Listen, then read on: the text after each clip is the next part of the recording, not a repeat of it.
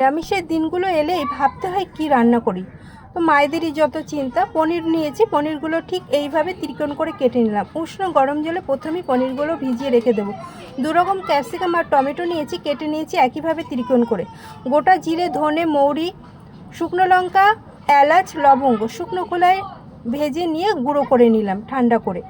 এবার কাজু আর 3-4 টুকরো পনির দিয়ে পেস্ট করে নেব। কড়াতে সাদা তেল আর 1 চামচ ঘি দিয়ে প্রথমে সবজিগুলো 3 থেকে 4 মিনিট হালকা করে ভেজে নেব।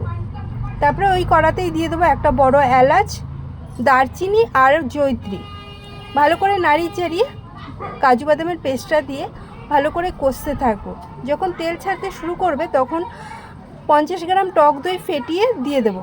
তারপরে এটা দিয়েও ভালো করে কষতে কষতে যখন তেল ছাড়বে তখন দিয়ে দেবো দুধটা দিয়ে নাড়িয়ে চাড়িয়ে কসুরি মেথি, গরম মশলা, নুন, পরিমাণ মতো চিনি দিয়ে কষাতে থাকবো।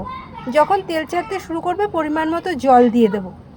জল দেওয়া হয়ে গেলে জল ছেঁকে পনিরগুলো ঝোলের মধ্যে দিয়ে দেবো। নাড়িয়ে চাড়িয়ে দিয়ে দেবো ঢাকা।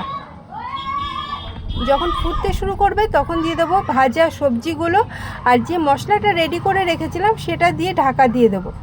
যখন গ্রেভিটা একটু ঘন হয়ে আসবে তখন দিয়ে দেবো 2 চামচ ফ্রেশ ক্রিম আর উপর দিয়ে কসুরি মেথি দিয়ে দিলাম।